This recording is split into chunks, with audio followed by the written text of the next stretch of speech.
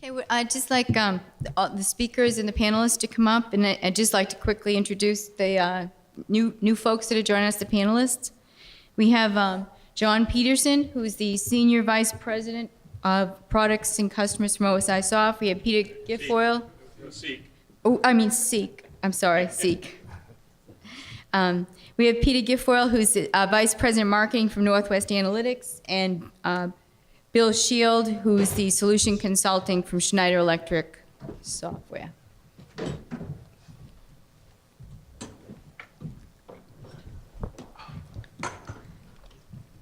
So I'd just like to ask the audience if they have any questions. Anybody in the audience, we have a mic. Somebody will be passing around a mic.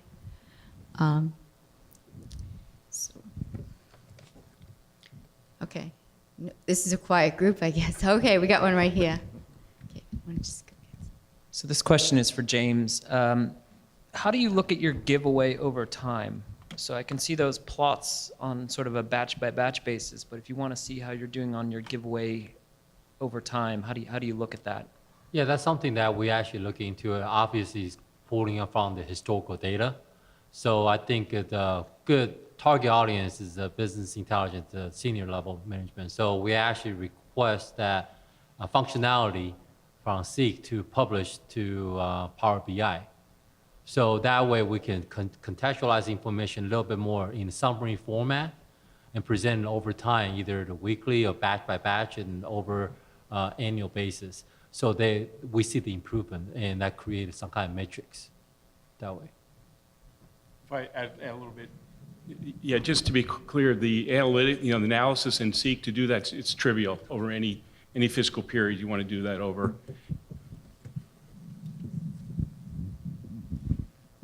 Okay, we have another question over here. State your name and the company too, so it would be nice to know. Sure. Doug Lutz, Nova Chemicals. Question for Jonathan. It seemed like the process you went through to avoid getting the call in the evening, in the afternoons, and the weekends, whatnot, required a fair bit of training of the operators to diagnose your simplification of the problem and tell them exactly what to fix without you being involved. So can you describe what training you went through to encourage that behavior? Yeah, a lot of it was given various tools. Me as a operations engineer, I love spreadsheets still.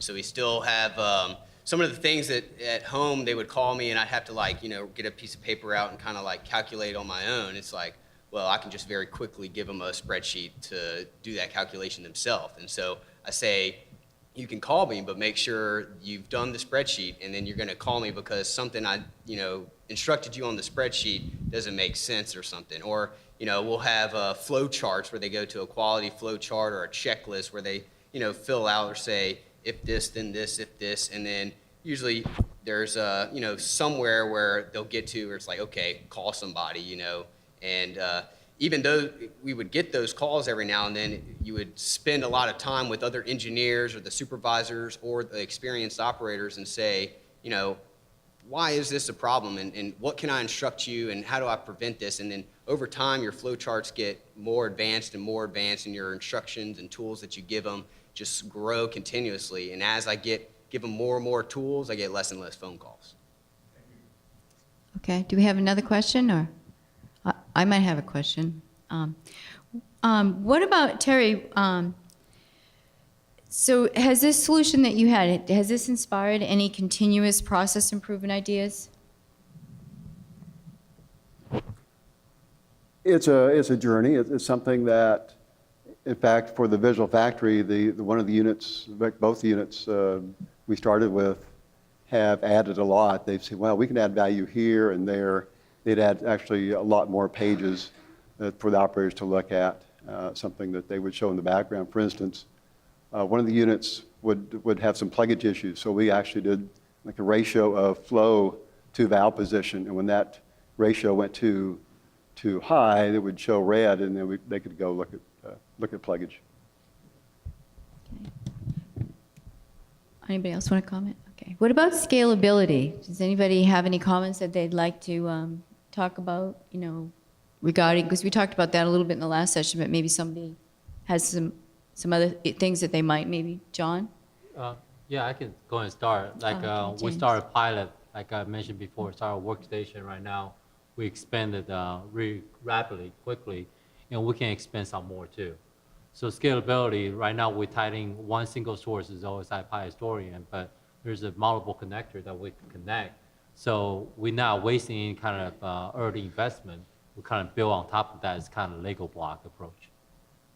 Anybody else want to comment? Looks like Sure. Bill wants to Another comment. approach to scalability is to take the information that's in each of the plants or the sites and roll it up to a higher level so you can compare the KPIs across all the operations.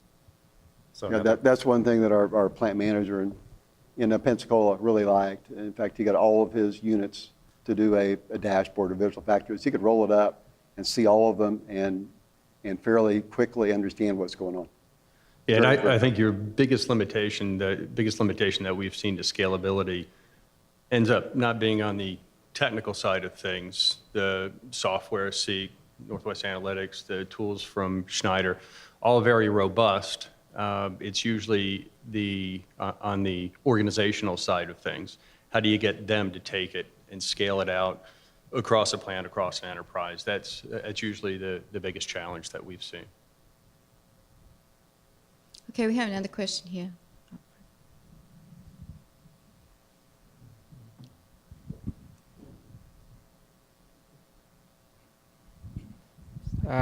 My name is Doug Vo. I'm with AECOM, and I got two-part question. First one is, what is the prerequisite for you before you do your pilot, as far as your base instrumentation?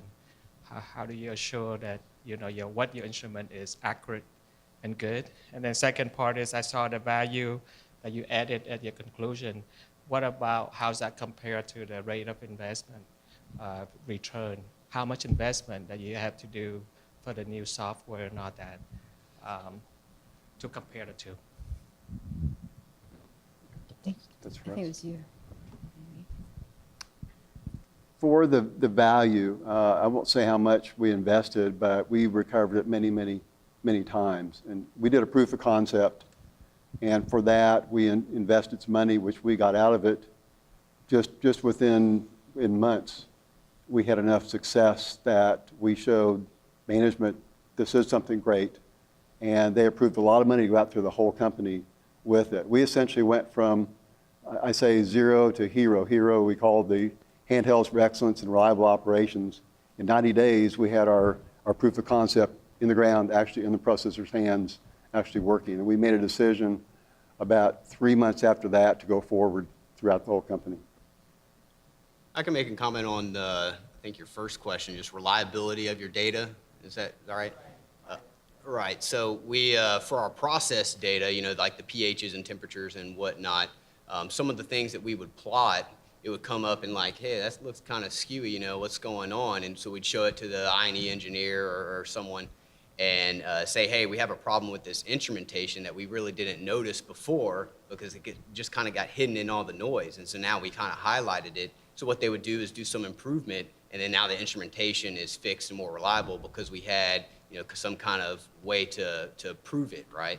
And then on our lab data, it's always operators. It used to be at our site, the operator's first response is lab error, right? We'll take another sample, and then by the time you get the results, their shift's gone and it's the next guy's problem. But our lab even has the NWA dashboards, and so they can measure on each analytical equipment. They run standards and say, hey, this is my standard deviation on my standards, and I can know when my equipment is shifting. And if that happens, they'll stop and they'll notify us and say, hey, the last data point isn't accurate. We're going to recalibrate or do that. And so it's been kind of a big team effort, but yeah, it's getting much better. And I can add something to that, though, two-part question, right? How we get started pilot, voice to customer. So when we first started, we have idea of this technology, this software can be viable for our problem statement. So I'll go to every single site and do a quick demo, and pretty much you have people coming with the problem statements. And if you can respond to that problem statement, you have a pilot. So that's how we get started. So we go from 0 to possibly 10 use cases, or I just present 2 of them. So quickly wrap around, so get the pull from the operation. The second thing, the investment thing, that's the tricky question. So you can see the roadmap, right? Everybody in different journey. Obviously, we start the data collection very early on. Do we see the return on investment of the data collection piece? I don't think I agree with that. I don't think I see that. But if you look into at the end, how we can present the tool set to the operation, that's the return on investment that we can do.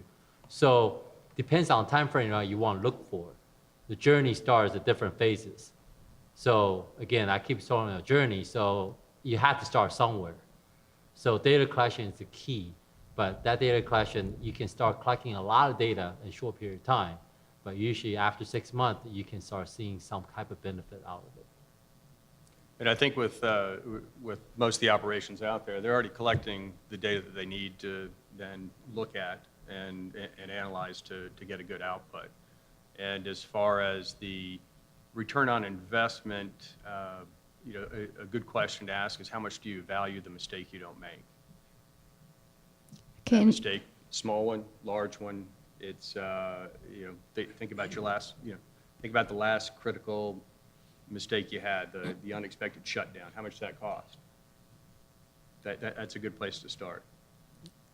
Okay, does anybody else want to add to that question? Or maybe, I think we're right on schedule, but I'd like just to say that maybe somebody has some final thoughts that they'd like to say. And I like the idea, where do you start? I think that's a great question. Let me add something a little different here, if I may.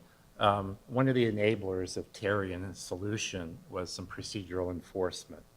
So procedural enforcement as far as collecting data, doing the steam trap inspections, making sure they were there, collecting the data. And then at the end of the process, you also had escalations if there were things, because a lot of systems present beautiful data in context and actionable, but humans sometimes don't act on it. You have to close the loop. You have to You got to the close loop. that loop and have action. I think that's something that Terry accomplished with We it. worked on that. So Okay. my final statement, same thing, is follow what Terry says. Culture is the biggest challenge. So change management is the thing. The technology part is easy. We can implement any technology we want, but get the buy-in, get the culture change, that's the tough part. Yeah, and don't shortchange yourself when you go into the process. You know what your software is eventually going to cost you as you get through that process, but make sure that you have the organization set up to support that long term as well. And I would say with any approach, don't think it's going to be a set and forget it. It's a constant revisiting of the process, what you're looking at, what you're measuring, what actions you take as a result. And I'll add, with the whole culture shift, for us it was a huge culture shift, because the way we ran our plant was the operators were only allowed to turn the knobs that the engineers or the managers told them to turn. And so, they were never told why to turn that knob. It was turn the knob from 5 to 10, right, and do it now. And why didn't you do it when I told you to do it? And we transitioned into empowering the operators and giving them the tools that the engineers had. And so now I'm at a place where I have, 4 to 5 operators on every single shift doing what I did, just on days. And so, you take the one operations engineer's job role, and now that's distributed and multiplied times 4, 24/7. John? Yep, just a couple of things real quick here. I just want to say something about James' methodology of this, of really doing that proof of concept, getting the business buy-in. I know he said that, but to reinforce that. Then what was very nice was he was able to just kind of hit a button and quickly scale that, move that out to, I think, 17 other, how many other locations? Quite a few other locations as well. Yeah. To be able to scale. Another point of scaling is use the investments that you have in place. You guys have huge investments in place. Take approaches with other vendors that leverage those things. Don't build up a bigger and more complicated IT solution there. You can do that by more of a kind of an aggregation approach, federation approach of those data sources. And then one last thing was kind of interesting, building pretty sophisticated, very visual analytic product was we started off really focusing on some kind of fancy analytics and pattern searches and complex things. But it's interesting, some of the really basic heavy lifting of just looking for, those phases or those interesting slices of time. Not as glamorous as some of the other techniques, but, very, very valuable in moving things ahead. So a lot of times just those simple things done right and, spread across the right business problems bring a lot of value. Okay, well, with that, I'd like to just thank our speakers and the panelists. I think we had some world-class people here, and I think that these are real examples in real plants and things. So you see what's really being done, and they are getting a lot of value, and I think that that's really important as you go forward into this journey. Anyway, thank you very much, and thank our panelists and speakers. Thanks.